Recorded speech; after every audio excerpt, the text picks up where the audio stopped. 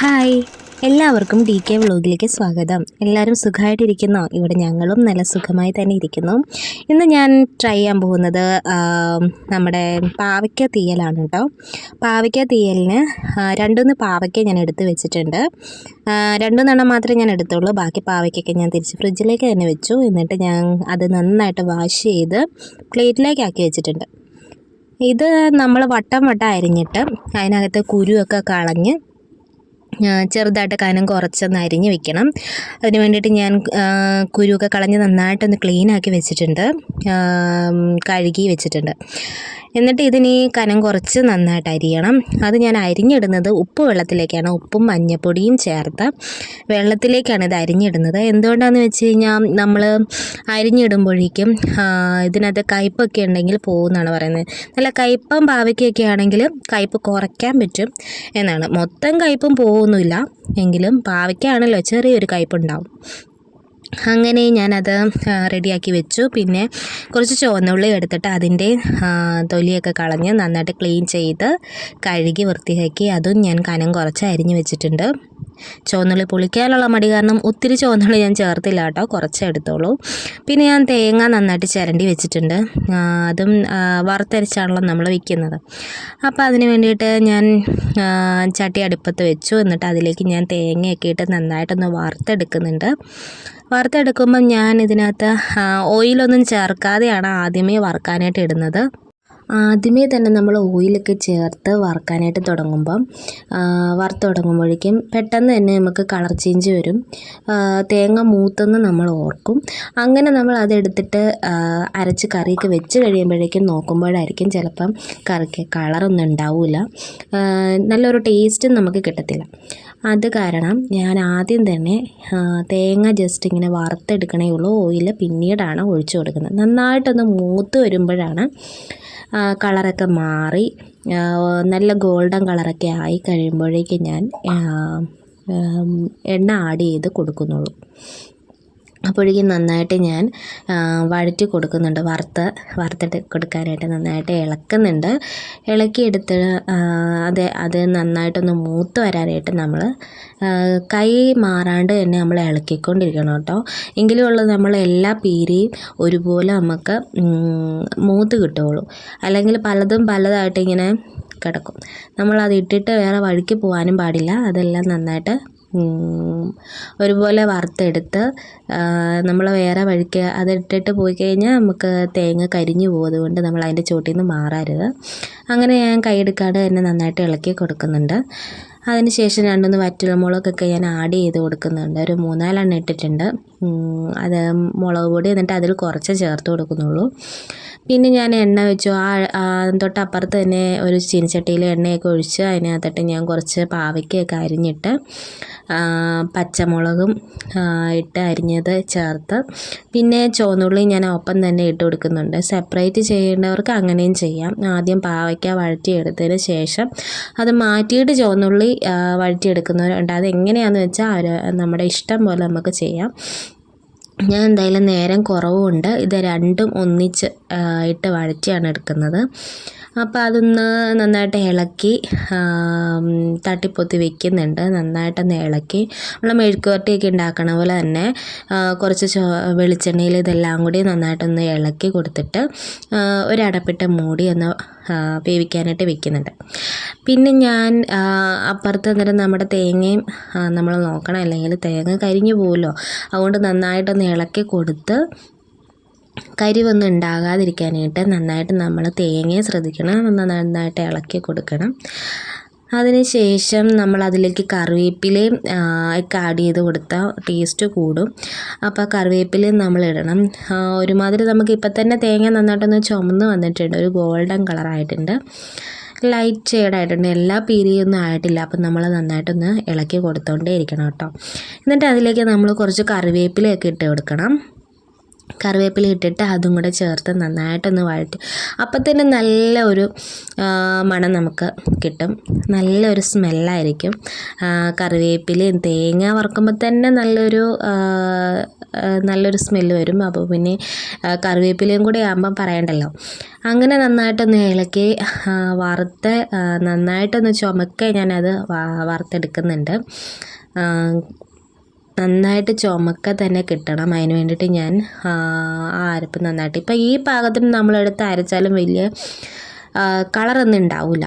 അപ്പം നമ്മൾ നല്ല ഡാർക്കായതിന് ശേഷം മാത്രമേ ഞാൻ വെളിച്ചെണ്ണ ഒഴിച്ചു കൊടുക്കാൻ ഉദ്ദേശിക്കുന്നുള്ളൂ. കാരണം ഞാനത് ഇളക്കിക്കൊണ്ടേയിരുന്നു.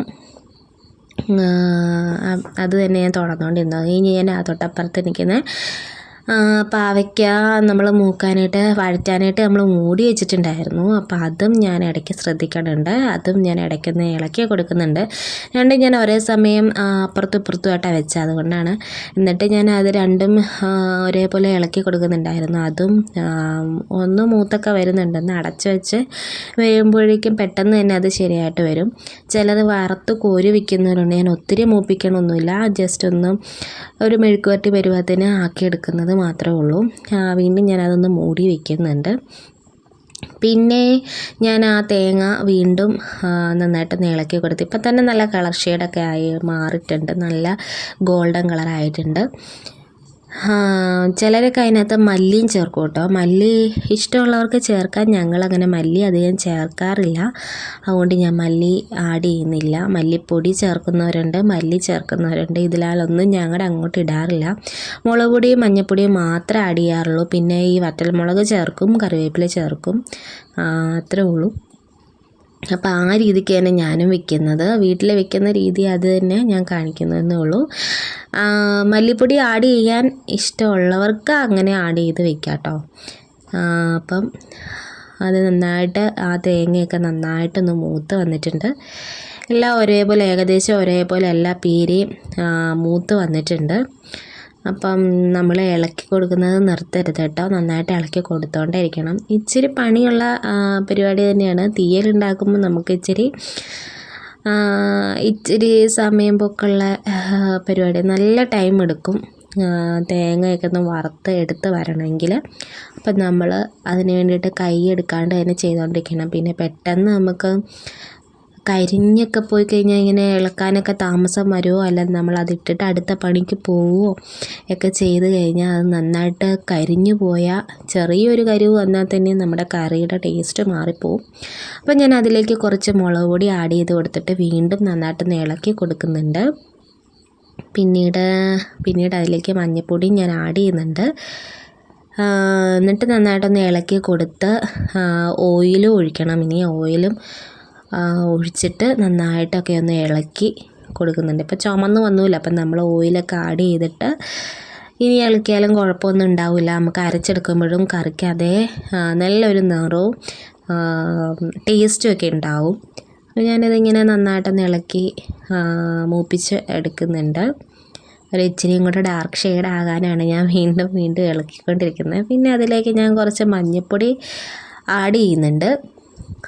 മഞ്ഞൾപ്പൊടി ചേർത്തു. എന്നിട്ട് ഞാനത് കുറച്ച് മഞ്ഞൾപ്പൊടി ചേർത്തുള്ളൂ കേട്ടോ. എന്നിട്ട് ഞാൻ അതിലേക്ക് അതും ഇളക്കി എല്ലാം കഴിഞ്ഞ് നമ്മൾ ആ പാവയ്ക്ക വേവിക്കാൻ വെക്കുമ്പോൾ മഞ്ഞൾപ്പൊടി ആഡ് ചെയ്യേണ്ടവർക്ക് അങ്ങനെയും ചെയ്യാം കേട്ടോ.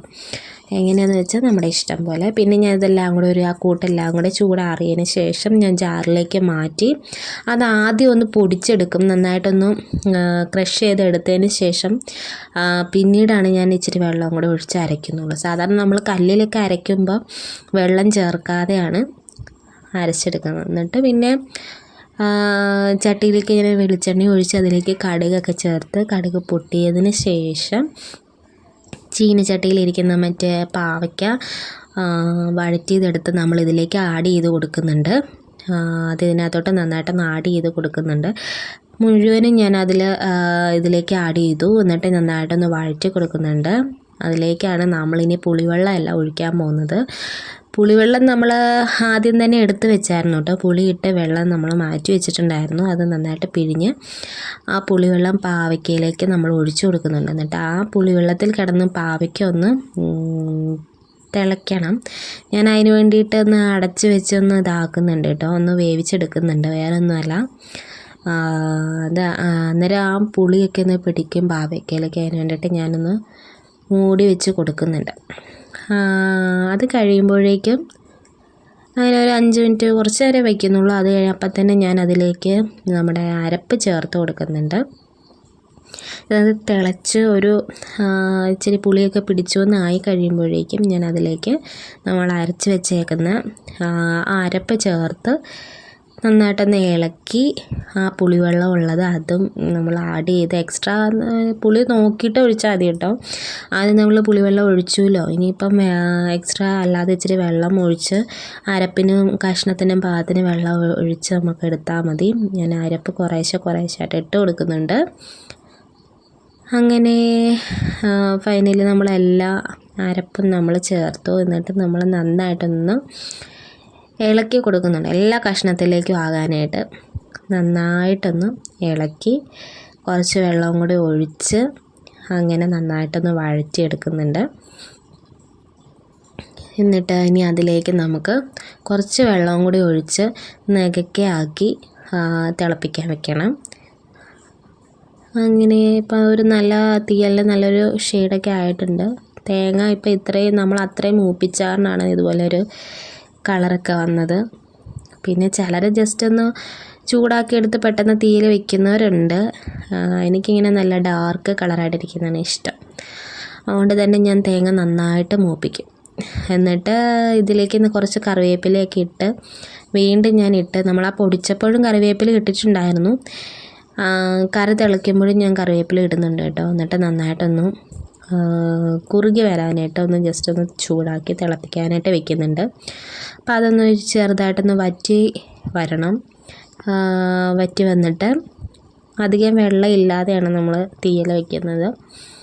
ഒത്തിരി വെള്ളം നീട്ട് ചാറായിട്ട് അങ്ങനെ വെക്കുന്ന ഒരു സുഖമില്ല. കാരണം ഞങ്ങൾ കുറച്ച് വെള്ളമൊക്കെ ഒഴിച്ചൊന്ന് പാകത്തിനാകാനായിട്ട് വെച്ചിട്ടുണ്ട്. അപ്പം നമ്മുടെ തീയൽ ഇവിടെ റെഡി ആയിട്ടുണ്ട്.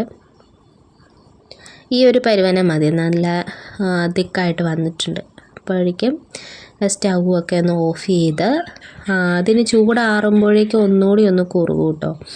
ചൂടാറുമ്പോഴേക്കും ഒന്നുകൂടി ഒന്ന് കുറുകി വരും. അപ്പം നമ്മുടെ തീയൽ നല്ല സൂപ്പർ തീയലായിട്ടുണ്ട്. നല്ല ടേസ്റ്റാണ് ഇതിന്. പാവയ്ക്ക ഇട്ടത് കൊണ്ട് തന്നെ നല്ലൊരു ഹെൽത്തി തീയലും കൂടെയാണ്. പാവയ്ക്കയും ചുവന്നുള്ളിയാണല്ലോ ഇതിനകത്ത് ചേർത്തേക്കുന്നത്. അപ്പം നല്ലൊരു ഇത് തന്നെയാണ്. അപ്പം അങ്ങനെ ഇതാണ് നമ്മുടെ തീയലിൻ്റെ ഫൈനൽ ലുക്ക് വരുന്നത്. എല്ലാവരും ഒന്ന് ട്രൈ ചെയ്ത് നോക്കണം. നല്ലതായിട്ട് കുറുകി ചൂടൊക്കെ ആറിയതിന് ശേഷമുള്ളതാണിത്. എല്ലാവരും ഒന്ന് ട്രൈ ചെയ്ത് നോക്കണം കേട്ടോ. നല്ല സൂപ്പറാണ്, അടിപൊളി തീയലാണ്. നമ്മൾ ഒരു തവണ കഴിച്ച പിന്നെയും നമുക്ക് കഴിക്കാൻ തോന്നും, അത്രയ്ക്കും ടേസ്റ്റുള്ള തീയലാണ് കേട്ടോ. എല്ലാവരും മസ്റ്റായിട്ടും ട്രൈ ചെയ്ത് നോക്കണം. തീയലൊക്കെ സാധാരണ നമുക്ക് 2 അതിലധികമോ ദിവസം നമുക്ക് വെച്ചിരുന്ന് കൂട്ടാവുന്നതാണ്. അടിപൊളി ഒരു ഡിഷാണിത്. അപ്പോൾ എല്ലാവർക്കും ഞങ്ങളുടെ ചാനൽ ഇഷ്ടമായി എന്നുണ്ടെങ്കിൽ ലൈക്ക് ചെയ്യാനും സബ്സ്ക്രൈബ് ചെയ്യാനും മറക്കരുത്. താങ്ക്